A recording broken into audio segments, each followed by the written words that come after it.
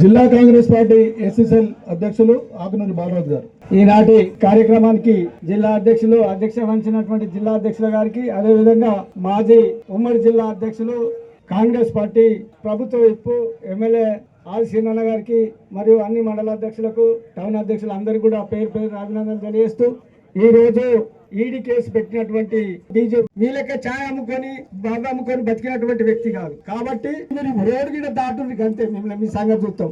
నేను చెప్తున్నా, రోడ్డు దిగి రాండ్రి, మీ సంగతి చూసుకుంటాం. కాబట్టి మీ బీజేపీ నాయకులకు కూడా అందరికీ చెప్తున్నా, మీరు బుద్ధిన్నైతే ఇది తప్పు కేసు అని చెప్పి కోర్టు చెప్పింది కాబట్టి దీనికి అసలు మీరు ఏ మాత్రం కూడా అగ్నెస్ట్ చేయొద్దని చెప్పి మీ అందరికీ కోరుకుంటున్నా.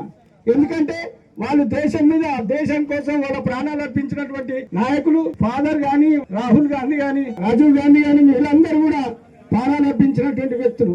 కాబట్టి మా లీడర్ల మీద ఈడీ కేసులు పెట్టినందుకు కొట్టుడు పోయినాయి. కాబట్టి ఇవన్నీ కూడా బోకస్ కేసులు పెట్టాలని పెట్టి వాళ్ళందరినీ కూడా వారిని అది చేసుకుంటూ మీరందరూ కూడా ఈరోజు ఇది ఎందుకంటే మా రాహుల్ గాంధీ గాని, సోనియా గాంధీ గాని కడిగిన ముత్యం లెక్క కోర్టు నుంచి వచ్చింది కాబట్టి వారికి మద్దతుగా మీరు పెట్టినటువంటి కేసులు ఏవైతున్నాయో అనామకంతో పెట్టినటువంటి కేసులు మీరు పెట్టించినటువంటి కేసులే.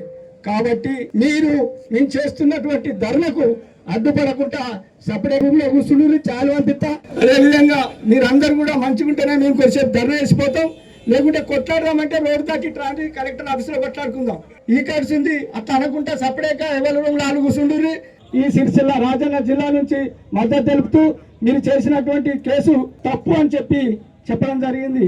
ఈ రోజు ధర్నా ఏర్పాటు చేసిన సందర్భంగా మా వచ్చినటువంటి జిల్లా నాయకులందరికీ కూడా పేరు పేరున అభినందనలు తెలియజేస్తున్నా.